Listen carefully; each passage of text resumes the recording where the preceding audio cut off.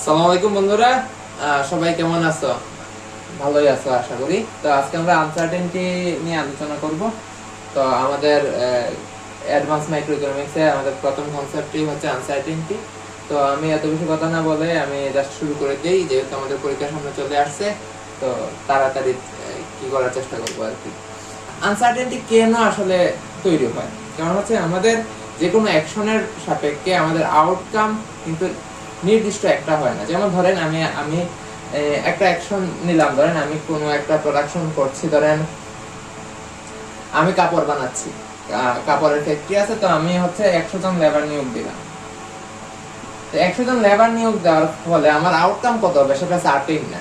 সেটা হতে পারে আমার 500টা কাপড় তৈরি হইতে পারে 100 জন লেবার নিয়োগ দেওয়ার ফলে, অথবা আর অন্য অ্যামাউন্টও হইতে পারে, 450টা কাপড়ও হইতে পারে। there is a number of possible outcome. যেহেতু আমার একটা অ্যাকশনের সাপেক্ষে আমি নির্দিষ্ট করে আমি বলতে পারতেছি না আমার আউটকাম এইটা হবে। যেমন ধরেন আরো সহজে যদি বলি, ধরেন আমি নয়ন রানাকে একটা থাপ্পড় দিলাম, এইটা একটা অ্যাকশন, এটার আউটকাম একাধিক হইতে পারে, নির্দিষ্ট করে বলতে পারবো না। আমি তাকে থাপ্পড় দিলাম, সে আমাকে থাপ্পড় দিল, এটা একটা আউটকাম হইতে পারে। অথবা সে জহির স্যারের কাছে বিচার দিল, সেটা আরেকটা হতে পারে। অথবা সে তার আরেকটা গাল আমাকে দিল থাপ্পড় দেওয়ার জন্য, সেটাও হইতে পারে। তো অনেকগুলো আউটকাম হইতে পারে, যার কারণে এটা আমার যে আউটপুটটা কি হবে সেটা সার্টেন আনসার্টেন থাকতেছে। দেখা যাচ্ছে আমার একাধিক আউটপুট হওয়ার সম্ভাবনা আছে। তো আশা করি আনসার্টেনটি জিনিসটা বুঝতে পারছি। যখন আমাদের একটা অ্যাকশনের সাপেক্ষে আউটকাম কি হবে সেটা নির্দিষ্ট থাকে না, তখন নেই আনসার্টেনটি দেখা যায়। তো আমরা দেখতে পারলাম কি যে ইকোনমিক্সে আমাদের আনসার্টেনটি মূলত দুইটা কারণে হয়। একটা হচ্ছে টেকনিক্যাল আনসার্টেনটি, একটা হচ্ছে মার্কেট আনসার্টেনটি। তো টেকনিক্যাল আনসার্টেনটির একটা উদাহরণস্বরূপ আমরা এখানে দেখতে পারতেছি যে ধরেন আমি 100 জন লেবার নিয়োগ দিলাম, তো এর ফলে আমার কতটা আউটপুট হইতে পারে। যদি কাপড়ের ফ্যাক্টরির কথা বলি, আমি সার্টেন না, আসলে একাধিক নাম্বার অফ প্রবাবল আউটকাম হতে পারে। এটা বিভিন্ন কারণে হতে পারে, যে তাপমাত্রা টেম্পারেচার বেশি থাকলে আউটপুট কম হতে পারে। যেমন সাম্প্রতিক কালে তাপদাহ চলতেছে, তো এই গরমের কারণে হয়তো বা লেবারদের প্রোডাক্টিভিটি কমে যেতে পারে, বা অন্যান্য আরো ফ্যাক্টর আছে যেগুলা আমি ডিসিশন টেকার হিসেবে আমার আয়ত্তে নাই, এনভায়রনমেন্টাল ভেরিয়েবল থাকতে পারে। তো ওইগুলোর সাপেক্ষে আমার আউটপুটটা কি হবে, ভেরি করবে। সুতরাং এই আউটপুটটা কি না, সার্টেন না।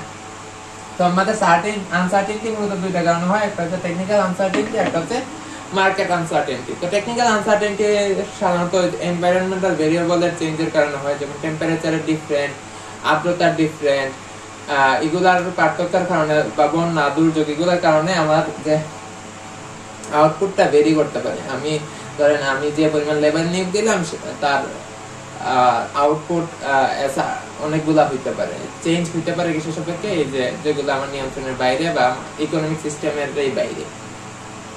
আর একটা হচ্ছে মার্কেট আনসার্টেনটি। যেমন ধরেন প্রাইস, একটা একদম পারফেক্ট এক্সাম্পল প্রাইস। তো প্রাইসটা কি আনসার্টেন। ধরেন আমি কালকে বিক্রি করার জন্য আজকে একটা প্রোডাক্ট তৈরি করলাম, তো আমি তো কালকে প্রাইস কত হবে সেটা তো আমি জানি না।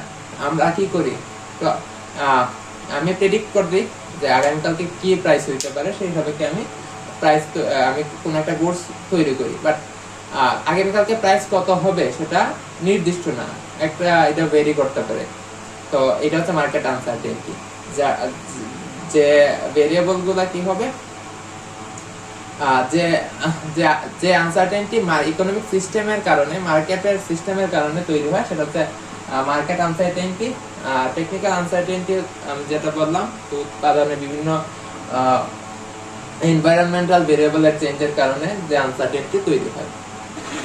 আচ্ছা, তো আমাদের এখানে আনসার্টেনটি দুই ধরনের আনসার্টেনটি আমরা দেখলাম। এখন আমাদের বুঝতে হবে হচ্ছে ভেরিয়েবল। তো আমাদের আনসার্টেনটি বোঝার ক্ষেত্রে আমরা ভেরিয়েবলকে তিনটা ভাগে ভাগ করি। একটা হচ্ছে চয়েস ভেরিয়েবল,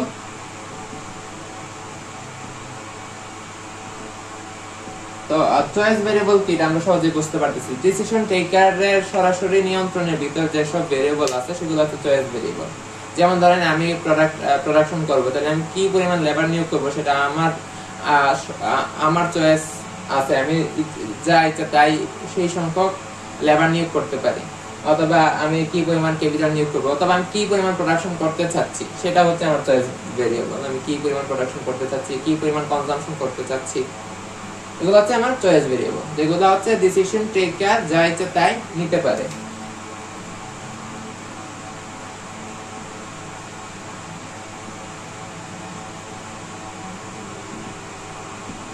আরেকটা ভেরিয়েবল হচ্ছে ডিটারমাইন্ড ভেরিয়েবল, যেগুলো হচ্ছে exogenous to a decision taker but endogenous to a economic system. That means ধরেন কোনো একজন পার্টিকুলার ডিসিশন টেকারের আয়ত্তে নাই, সে সে ওই ভেরিয়েবলটা যা ইচ্ছা তাই নিতে পারে না, বাট এই ভেরিয়েবলটা একটা ইকোনমিক সিস্টেমের ভিতর মার্কেটের ভিতর ডিটারমাইন হয়। যেমন ধরেন প্রাইস, তো প্রাইস একজন ডিসিশন টেকার, আমি একজন প্রোডিউসার হিসেবে বা একজন কনজিউমার হিসেবে প্রাইসটা আমি ইচ্ছামতো নির্ণয় করতে পারি না, বাট এটা মার্কেটের মাধ্যমে ইকোনমিক সিস্টেমে কি হয়, নির্ধারিত হয়। তো এটা হচ্ছে ডিটারমাইন্ড ভেরিয়েবল। আরেক ধরনের ভেরিয়েবল আছে, সেটা হচ্ছে এনভায়রনমেন্টাল ভেরিয়েবল।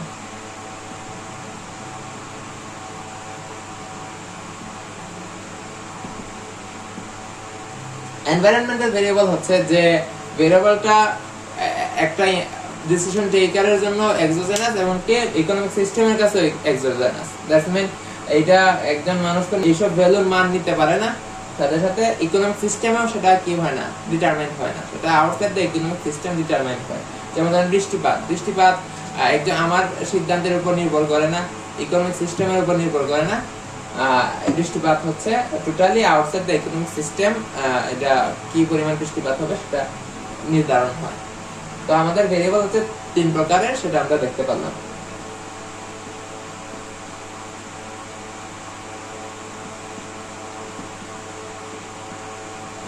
তাহলে আমি কি করতেছি, আজকে হচ্ছে 3টা খেয়ে ফেলতেছি, 5 টাকা করে 15 টাকা, আর কালকে আমি খাবো একটা 5 টাকা করে 20 টাকা। কিন্তু আমি যদি জানি যে কালকে প্রচুর গরম থাকবে, তাহলে আমি এটা উল্টা করতে পারি, কালকের জন্য আমি 10 টাকা রেখে দিতে পারি, আর আজকে আমি 2টা বুক করব। অর্থাৎ আমার এই যে কালকের আনসার্টেন মুহূর্তের জন্য আমি আজকের ডিসিশনটা কি হইতেছে, প্রভাবিত হচ্ছে।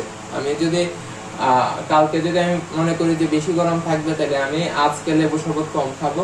কালকে যদি মনে করি যে টেম্পারেচার কম থাকবে, তাহলে আজকে আমি লেবু শরবত বেশি খাবো, যদিও আজকে আমার যে এনভায়রনমেন্ট সেটা চেঞ্জ হচ্ছে না। আচ্ছা, তাহলে আমরা এখন থিওরিটিক্যাল ফ্রেমওয়ার্কে চলে যাব। আমরা কিভাবে আনসার্টেনিটি দেখাবো সেটা দেখছি। আমরা আমাদের স্টেট ডিফাইন করতে হবে। তো স্টেট ডিফাইন করার আগে আমাদের একটা স্টেপ আছে, সেটা হচ্ছে এনভায়রনমেন্টাল ভেরিয়েবলগুলা দেখানো।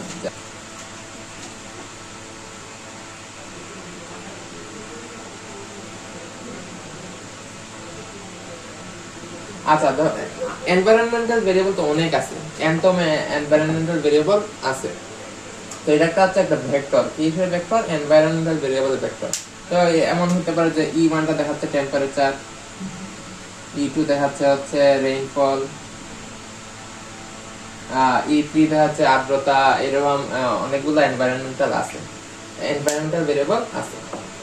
এবং এখানে প্রত্যেকটা এনভায়রনমেন্টাল ভেরিয়েবল একটা ফিনিট নাম্বার অফ ভ্যালু গ্রহণ করতে পারে। অর্থাৎ ধরেন E1 টেম্পারেচার, সেটা আনলিমিটেড ভ্যালু নিতে পারে না। বা ধরেন আমি বললাম যে 10 ডিগ্রি সেলসিয়াস থাকবে, 10.1, 10.2, এরকম না, এটা একটা ফিনিট নাম্বার ভেরি করতে পারে। ধরেন আমরা কি 10 ডিগ্রি সেলসিয়াস আর 11 ডিগ্রি সেলসিয়াসের মধ্যে কিন্তু পার্থক্য বুঝতে পারবো না। তো এটা মেইনলি এরকম হতে পারে, very low, low high, very high, এই টাইপ আর কি। মানে হচ্ছে এই যে টেম্পারেচারটারে আমরা ক্লাসিফিকেশন যে করব ভ্যালু, সেটা একটা ফিনিট নাম্বারের মধ্যে ভেরি করতে পারে। তাহলে আমরা কি করতে পারি, যে এখানে একটা এনভায়রনমেন্টাল ভেরিয়েবলের একটা সেট নিতে পারি, যেখানে প্রত্যেকটা এনভায়রনমেন্টাল ভেরিয়েবলের একটা ভ্যালু থাকবে। ঠিক আছে, তো এইটার ভ্যালু হইতে পারে লো, টেম্পারেচার লো থাকবে, রেইনফল ধরেন হেভি রেইনফল হবে, এরকম প্রত্যেকটা ভেরিয়েবলের একটা সেট নিতে পারে। তাহলে এই যে একটা সেট হলো প্রত্যেকটা ভেরিয়েবলের মানের সাপেক্ষে, এইটা একটা স্টেট। স্টেট মানে কি, অবস্থা, দশা। কি দশা মানে পরিস্থিতিটা কি স্টেট, এটা বাংলা হচ্ছে দশা, ইকোনমিক্স আমরা দশা বলি। তো দশাটা কি মানে হচ্ছে যতগুলো এনভায়রনমেন্টাল ভেরিয়েবল আছে সেগুলোর মান নিলে আমি ওই পরিস্থিতিটা বুঝতে পারবো। যেমন বর্তমান স্টেট কি, টেম্পারেচার বেশি, বৃষ্টিপাত হচ্ছে না, আর্দ্রতা বেশি, অনেক গরম অনুভূত হচ্ছে, তারপর হচ্ছে ইলেকট্রিসিটি আছে। এটা এনভায়রনমেন্টাল ভেরিয়েবল না, এটা এনভায়রনমেন্টাল ভেরিয়েবল না। তারপর ধরেন বাতাসের গতিবেগ কত, এগুলো তো এনভায়রনমেন্টাল ভেরিয়েবল। তো এগুলা প্রত্যেকটার মান নিলে আমি একটা স্টেট পাবো। এগুলার মান ডিফারেন্ট যদি হয়, স্টেট অন্য একটা স্টেট পাবে। ধরেন স্টেট, এটা ধরেন স্টেট 1, আর এই এনভায়রনমেন্টাল ভেরিয়েবলের মান যদি ডিফারেন্ট হয়, ধরেন টেম্পারেচার হাই, হেভি রেইনফল, এটা হবে আরেকটা স্টেট, স্টেট 2। অর্থাৎ এক একটা স্টেট হচ্ছে কি, স্টেটগুলো হচ্ছে এনভায়রনমেন্টাল ভেরিয়েবলগুলোর একটা সেট, একটা ইউনিক, প্রত্যেকটা এনভায়রনমেন্টাল ভেরিয়েবলের একটা ইউনিক ভ্যালুর সেট হচ্ছে একটা স্টেট। অর্থাৎ একটা স্টেটে যতগুলো এনভায়রনমেন্টাল ভেরিয়েবল আছে, এখানে তো এনতম, তাহলে আমরা যদি 2-3টা এনভায়রনমেন্টাল ভেরিয়েবল নিয়ে চিন্তা করি, ধরেন 3টা, টেম্পারেচার, রেইনফল আর আর্দ্রতা, হিউমিডিটি, এই তিনটার বিভিন্ন মানের সাপেক্ষে একটা স্টেট হবে। ধরেন একটা হচ্ছে লো টেম্পারেচার, লো রেইনফল, লো হিউমিডিটি একটা স্টেট, হাই টেম্পারেচার, লো রেইনফল, হাই হিউমিডিটি একটা স্টেট, এরকম হতে পারে। আমাদের প্রথম স্টেপ ছিল আমাদের এজিউম করা যে এখানে একটা ভেক্টর আছে কিসের, এনভায়রনমেন্টাল ভেরিয়েবলের, স্টেপ 1। আর স্টেপ 2 হচ্ছে আমাদের একটা স্টেট ডিফাইন করা। কিভাবে স্টেট ডিফাইন করব, specific combination of values of environmental variable, অর্থাৎ প্রত্যেকটা এনভায়রনমেন্টাল ভেরিয়েবলের বিভিন্ন ভ্যালুর কম্বিনেশনে একটা স্টেট গঠিত হয়। এখন এখানে দেখেন, যেহেতু একটা জিনিস, এখানে প্রত্যেকটা এনভায়রনমেন্টাল ভ্যালু আনলিমিটেড নাম্বার নিতে পারে না, মানে একটা ফিনিট নাম্বার অফ ভ্যালু নিতে পারে। ধরেন এই যে টেম্পারেচার, লো, হাই, তো এখানে ধরেন 4-5টা ক্যাটাগরি বা 6-7টা ক্যাটাগরি ভ্যালু আমার নিতে পারে, আনডিফাইন্ড, আনলিমিটেড না। যেহেতু এগুলো আনলিমিটেড না, তাহলে এখানে যে কম্বিনেশন, যে স্টেট 2, স্টেট 3, এগুলো আনলিমিটেড স্টেট হবে না, লিমিটেড নাম্বারে থাকবে। ধরেন অনেক বেশি হইতে পারে, 100-200টা স্টেট হইতে পারে, বাট এটা আনলিমিটেড হবে না। যেহেতু এই প্রত্যেকটা এনভায়রনমেন্টাল ভেরিয়েবল কি না, অগণিত ভ্যালু নিতে পারেন, কারণ অগণিত ভ্যালু আমরা নেই না। কারণ টেম্পারেচার ধরেন 10 ডিগ্রিতে একটা ভ্যালু, 11 ডিগ্রি একটা ভ্যালু আমরা নেই না। আমরা কিভাবে নেই, যে পার্থক্য বোঝা যায় এমন, যেমন লো টেম্পারেচার, হাই টেম্পারেচার, এরকম। তাহলে আমার আলটিমেটলি স্টেটগুলা অসংখ্য স্টেট হবে না। আর 3টা অ্যাজাম্পশন আছে স্টেট সম্পর্কে, যেমন হচ্ছে all decision taker have in their mind the same set of the state of the world। অর্থাৎ ধরেন আমরা দেখছিলাম কি, এনভায়রনমেন্টাল ভেরিয়েবলের বিভিন্ন কম্বিনেশনের সাথে একটা স্টেট হয়। তো যতগুলো স্টেট হবে সেগুলা একটা সেটের মধ্যে লিখলাম, ধরেন S1, S2, S3, এরকম যতগুলো সেট হওয়া সম্ভব সেটা মিলে হচ্ছে set of the state of the world, অর্থাৎ স্টেটগুলোর একটা সেট। তো আমি যেসব স্টেট চিন্তা করতেছি, অন্যান্য মানুষও সেম স্টেটগুলোই চিন্তা করতেছে। অর্থাৎ এটা স্বাভাবিক। যতগুলা ধরেন 3টা ভেরিয়েবল আছে এনভায়রনমেন্টাল, তো 3টা এনভায়রনমেন্টাল ভেরিয়েবল দ্বারা যতগুলা স্টেট বানানো সম্ভব, আমি যতগুলা বানাবো আপনি ততগুলোই বানাবেন, সমানই হবে। আমাদের ডিফারেন্ট হওয়ার কি না, সমানই হবে এবং সেম হবে। মানে কোন স্টেট হবে সেটা না, আমি বলতেছি যে সেট যে বানাবো স্টেটগুলা, অনেকগুলা স্টেট হইতে পারে, তার যে সেট সেটা সবার কাছে সেম হবে। 2 নাম্বার অ্যাজাম্পশন হচ্ছে কি, যখন সেকেন্ড পিরিয়ডটা আসবে, মানে যখন ফিউচার, আমরা প্রেডিকশন দিচ্ছি কেন, স্টেট বানাচ্ছি কখনের জন্য, ভবিষ্যৎকালের জন্য। বর্তমানটা আমরা জানি, বর্তমানটা সার্টেন, ভবিষ্যৎটা আনসার্টেন। আনসার্টেন এর জন্য আমরা কি করি, স্টেট তৈরি করতেছি, set of the state of the world define করতেছি। তো ভবিষ্যৎ যখন আসবে তখন সবাই কি করতে পারবে, কোন স্টেটে সে আছে সেটা বুঝতে পারবে। এটা স্বাভাবিক। ধরেন কালকের কথা বলতেছি, তো এখন আমরা জানি না কালকে কোন স্টেট আসবে, সেই জন্য সেট বানাইতেছি যে এইরকম একটা স্টেট হইতে পারে, এরকম একটা, যত ধরনের স্টেট হইতে পারে এনভায়রনমেন্টাল ভেরিয়েবলের কম্বিনেশন, যেমন একটা সেট বানাচ্ছি। কালকে যখন আসবে তখন আমরা বলতে পারবো যে কোন স্টেটে অবস্থান করতেছি আমরা, কালকে কি অবস্থায় আছে, বৃষ্টিপাত বেশি না কম, অর্থাৎ প্রত্যেকটা এনভায়রনমেন্টাল ভেরিয়েবলের ভ্যালু কত কালকে আসলে আমরা বলতে পারবো। এটা হচ্ছে নরমাল জিনিস। আর থার্ড অ্যাজাম্পশন হচ্ছে আমরা কি করতে পারবো, প্রত্যেকেই কালকে কোন স্টেটটা আসবে তার একটা প্রবাবিলিটি অ্যাসাইন করতে পারবো। ধরেন আমি বলতেছি এই ধরনের স্টেট আসবে, কালকে হচ্ছে টেম্পারেচার হাই থাকবে, বৃষ্টিপাত হবে, আর্দ্রতাও বেশি থাকবে, এটা একটা স্টেট। আমি বলতেছি এটা হওয়ার সম্ভাবনা 0.4। আবার বৃষ্টিপাত হবে না, টেম্পারেচার কম থাকবে, আর্দ্রতাও কম থাকবে, এটা একটা স্টেট। এটা বলতেছি ধরেন আমি 0.1 এটা সম্ভাবনা প্রবাবিলিটি। তারপর আমি এরকম কি করতে পারতেছি, প্রত্যেকটা স্টেট হওয়ার প্রবাবিলিটি অ্যাসাইন করতে পারতেছি। এরকম সব মানুষই কি করতে পারবে, প্রত্যেকটা স্টেট হওয়ার প্রবাবিলিটি অ্যাসাইন করতে পারবে। তবে এই যে আমি যে স্টেটের যে প্রবাবিলিটি অ্যাসাইন করব, আরেকজন সেম প্রবাবিলিটি অ্যাসাইন করবে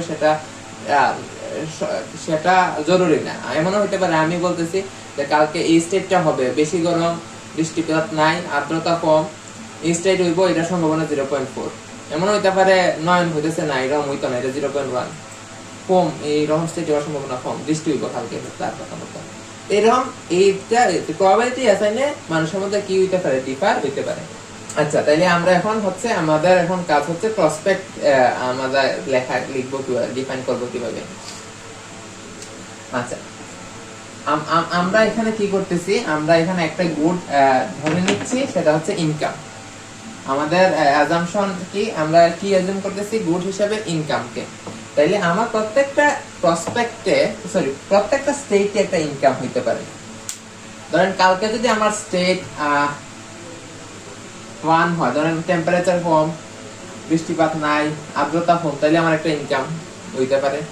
যদি বৃষ্টিপাত হয়, টেম্পারেচার বেশি থাকে, আর্দ্রতা বেশি হয়, তাহলে তা আমার আরেকটা ইনকাম হইতে পারে, ইনকাম কম হইতে পারে। ঠিক আছে, তো আমরা কি করতে পারতেছি, একটা YS is a set of, মানে হচ্ছে ধরেন 1 2 3 আপ টু S, মানে হচ্ছে ধরেন এখানে Y1 মানে হচ্ছে ফার্স্ট স্টেট 1 যদি হয় তখন আমার ইনকাম কত হবে, Y2 হচ্ছে স্টেট 2 যদি আসে তখন আমার ইনকাম কত হবে, Y3 হচ্ছে স্টেট যদি 3 হয় তখন আমার ইনকাম কত হবে, এরকম আপ টু YS। যদি S তম স্টেট হয় তাহলে আমার ইনকাম কত হবে, সেটা আমরা দেখাচ্ছি। কারণ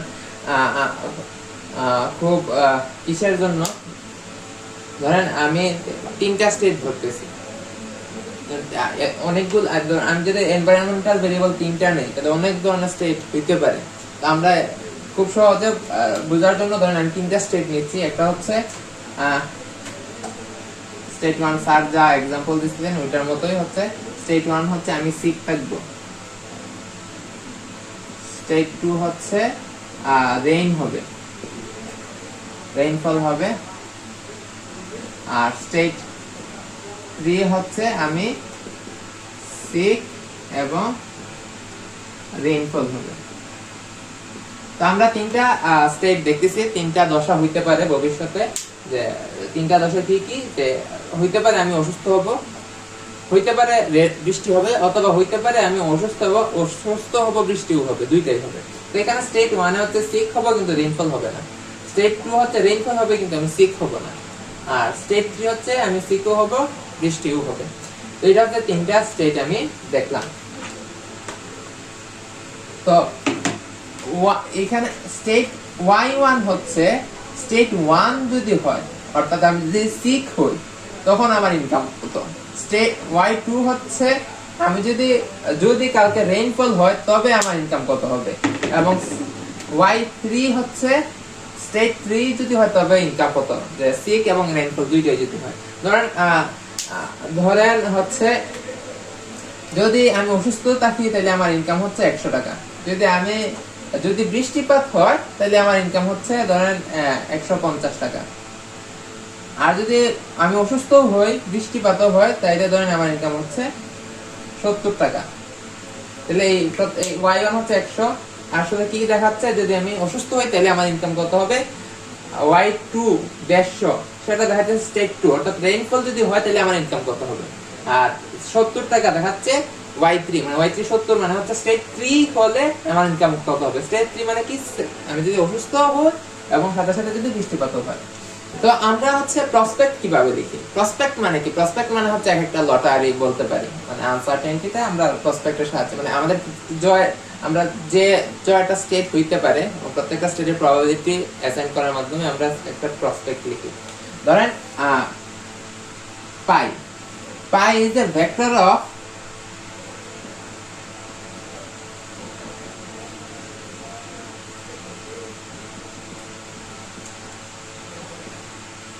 probability for each state, অর্থাৎ প্রত্যেকটা স্টেট হওয়ার probability হচ্ছে পাই। পাই 1 হচ্ছে স্টেট 1 হওয়ার probability, পাই 2 হচ্ছে স্টেট 2 হওয়ার probability।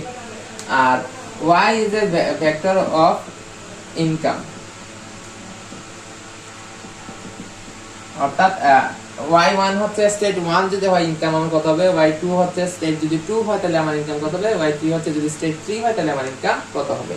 তো আমরা হচ্ছে প্রসপেক্ট এইরকম দেখি। প্রসপেক্ট হচ্ছে আমরা পাই মানে হচ্ছে এটাকে আমরা এইভাবে লিখতে পারি, প্রসপেক্ট হচ্ছে পাই 1 পাই 2 পাই 3 up to pi s, s তম স্টেটের প্রবাবিলিটি, আর হচ্ছে y1 y2 y3 up to ys। That's mean এখানে পাই 1 হচ্ছে দেখাচ্ছে y1 হওয়ার প্রবাবিলিটি, মানে স্টেট 1 হওয়ার প্রবাবিলিটি হচ্ছে পাই 1, আর স্টেট 1 হলে আমার ইনকাম হবে y1। তো y1 এর প্রবাবিলিটি হচ্ছে পাই 1, y2 এর প্রবাবিলিটি হচ্ছে পাই 2, y3 এর প্রবাবিলিটি হচ্ছে পাই 3 এবং ys এর প্রবাবিলিটি হচ্ছে ys। এখানে যতগুলা স্টেট থাকবে ততগুলা প্রবাবিলিটি থাকবে এবং প্রত্যেকটা স্টেটের একটা ইনকাম ভ্যালু থাকবে। তো আমরা হচ্ছে আমরা যে एग्जांपल যা লিখছিলাম সেটা সাপেক্ষে আমরা একটু দেখাই আসলে एग्जांपल দিয়ে।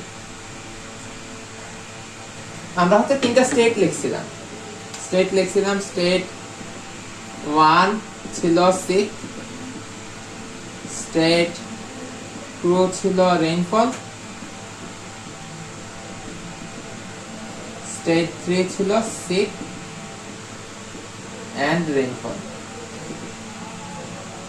তো আমাদের হচ্ছে স্টেট 1 এ ইনকাম ছিল হচ্ছে 100 টাকা, স্টেট 2 তে ইনকাম ছিল 150 টাকা, আর স্টেট 3 তে ইনকাম ছিল হচ্ছে 70 টাকা। এগুলাতে আমার হচ্ছে ইনকাম ভ্যালু দেওয়া আছে। তো আমাদের প্রসপেক্ট লিখতে গেলে কি দরকার? একটা হচ্ছে প্রবাবিলিটি দরকার, প্রত্যেকটা স্টেট হওয়ার সম্ভাবনা কত। ধরেন স্টেট 1, ধরেন স্টেট 1 এর সম্ভাবনা হচ্ছে 0.3, আমি কালকে অসুস্থ হব, এই স্টেট হওয়ার সম্ভাবনা হচ্ছে 30%। কালকে বৃষ্টিপাত হবে, তার সম্ভাবনা হচ্ছে 30%, অর্থাৎ শুধু বৃষ্টিপাত হবে, অসুস্থ হব না। আর আমি বৃষ্টিপাতও হবে, আমি অসুস্থ হব, সেটার সম্ভাবনা ধরেন 0.4। তাহলে আমি প্রসপেক্টটা কিভাবে লিখব? তো প্রসপেক্ট তো হচ্ছে আমরা জানি কি এখানে কয়টা স্টেট আছে, তিনটা স্টেট আছে। তো তিনটা স্টেট যদি থাকে আমার তিনটা প্রবাবিলিটি থাকবে, পাই 1 পাই 2 পাই 3, এবং তিনটা ইনকাম থাকবে y1 y2 এবং y3। আমি প্রত্যেকটা ভ্যালু লিখি। পাই 1 কত? পাই 1 হচ্ছে 0.3,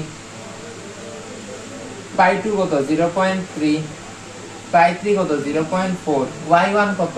100 টাকা, y2 কত? 150 টাকা, y3 কত? 70 টাকা। তাহলে এইভাবে আমি কি করতে পারি? প্রসপেক্ট লিখতে পারি। প্রসপেক্টের একটা ভ্যালু পাই, মানে প্রসপেক্টের ভ্যালু মানে আমার এক্সপেক্টেড ভ্যালু, কালকে আমার ইনকামের এক্সপেক্টেড ভ্যালু কত হতে পারে এটা আমরা বার করতে পারবো কি, যে এটার এক্সপেক্টেড আমরা যদি জাস্ট নরমাল যদি মিন নেই সেটাই, যেমন 0.3 ইনটু 100 টাকা যোগ 0.3 ইনটু 150 টাকা যোগ 0.4 ইনটু 70 টাকা। তাহলে এখানে হচ্ছে 30, এখানে হচ্ছে 45, এখানে হচ্ছে 428, আলটিমেটলি হচ্ছে 103 টাকা। অর্থাৎ হচ্ছে আমার আগামীকালকের এই প্রসপেক্টের ভ্যালু হচ্ছে 103। এই প্রসপেক্টটা কিসের? প্রসপেক্টটা হচ্ছে আমার কালকের ইনকামের। ইনকাম কি কি স্টেট হতে পারে? সিক, রেইনফল এবং সিক এবং রেইনফল।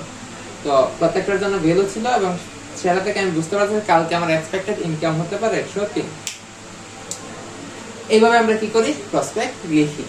আশা করি এই প্রসপেক্ট লেখাতে কোনো ঝামেলা নেই। এখন যদি আমার স্টেট যদি আরো বেশি হইতো, 10টা স্টেট হইতে পারে, আমার এনভায়রনমেন্টাল ভেরিয়েবল যদি আরো নিতাম, ধরেন টেম্পারেচারও যদি নিতাম, এখন টেম্পারেচার নাই, তখন কিন্তু অনেকগুলো আসতো, যেমন সিক এবং হাই টেম্পারেচার, সিক লো টেম্পারেচার, তারপর হচ্ছে সিক হাই টেম্পারেচার রেইনফল, অনেক অনেক কিছুই আসতো, অনেকভাবে অনেকগুলো স্টেট চলে আসতো তখন।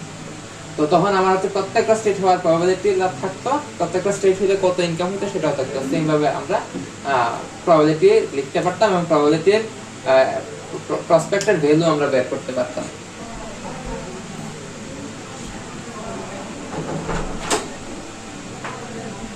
আচ্ছা, আমরা প্রসপেক্ট দেখলাম। প্রসপেক্ট হচ্ছে আমার যতটা স্টেট থাকবে ততটা স্টেটের আমার ইনকাম থাকবে এবং ততটা স্টেটের প্রবাবিলিটি থাকবে। এখন স্ট্যান্ডার্ড প্রসপেক্ট কি? স্ট্যান্ডার্ড প্রসপেক্ট হচ্ছে এটা একটা প্রসপেক্ট, বাট এইখানে স্টেট হবে দুইটা।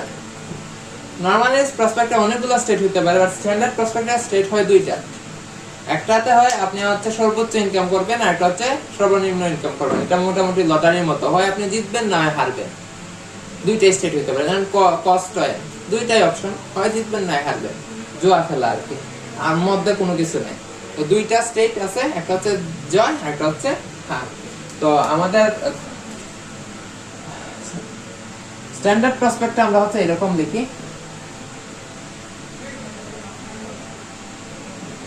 বি হচ্ছে probability of getting highest income. অর্থাৎ আপনি ধরুন জুয়া খেলতেছেন, তাহলে জুয়ার জিতার সম্ভাবনা হচ্ছে বি। তাহলে দেখেন এখানে আমরা আগে কি করছিলাম, যে যতগুলো প্রবাবিলিটি স্টেট ছিল প্রত্যেকটা স্টেটের প্রবাবিলিটি লিখছিলাম, কিন্তু এখানে দুইটা স্টেট আছে, কিন্তু আমি কিন্তু প্রবাবিলিটি একটা লিখছি, দুইটা লিখি নাই। কারণ হচ্ছে এখানে স্টেট দুইটা। তাহলে যদি এই স্টেট না হয়, তাহলে এই স্টেট হওয়ার সম্ভাবনা কত? 1 মাইনাস বি, কারণ আমরা জানি প্রবাবিলিটির সামেশন হচ্ছে 1। তা আমি ইচ্ছা করে এটা লিখতেও পারি যে B 1 minus B Y U Y L, মানে হচ্ছে আপার হাইয়েস্ট ইনকাম পাওয়ার সম্ভাবনা বি, আর লোয়েস্ট ইনকাম সম্ভাবনা মানে হারার সম্ভাবনা 1 মাইনাস বি। যেহেতু এটা আমরা জানি বি যত, হারার জিতার সম্ভাবনা যত, হারার সম্ভাবনা কি হবে 1 মাইনাস তত, সেই জন্য আমরা এই কম্পোনেন্টটা লিখি না। তাহলে স্ট্যান্ডার্ড প্রসপেক্টের কম্পোনেন্ট থাকে তিনটা, একটা হচ্ছে probability of getting highest income, তারপর হচ্ছে হাইয়েস্ট ইনকাম, হচ্ছে লোয়েস্ট ইনকাম। তো আমরা কি করতে পারি, অন্যান্য প্রসপেক্টকেও স্ট্যান্ডার্ড প্রসপেক্টে রূপান্তর করতে পারি, বা এই স্ট্যান্ডার্ড প্রসপেক্ট নিয়ে অনেক কি আছে। তো আমরা হচ্ছে আজকের ভিডিও এই জায়গা পর্যন্তই থাকবো, আমরা আগামী ভিডিওতে অ্যাক্সিওম গুলা নিয়ে আলোচনা করব। তো আজকের মতো এই জায়গা পর্যন্তই, আর এই জায়গা পর্যন্ত যদি কারো কোনো সমস্যা থাকে আমাকে জানাইও। সবাইকে ধন্যবাদ, আসসালামু আলাইকুম।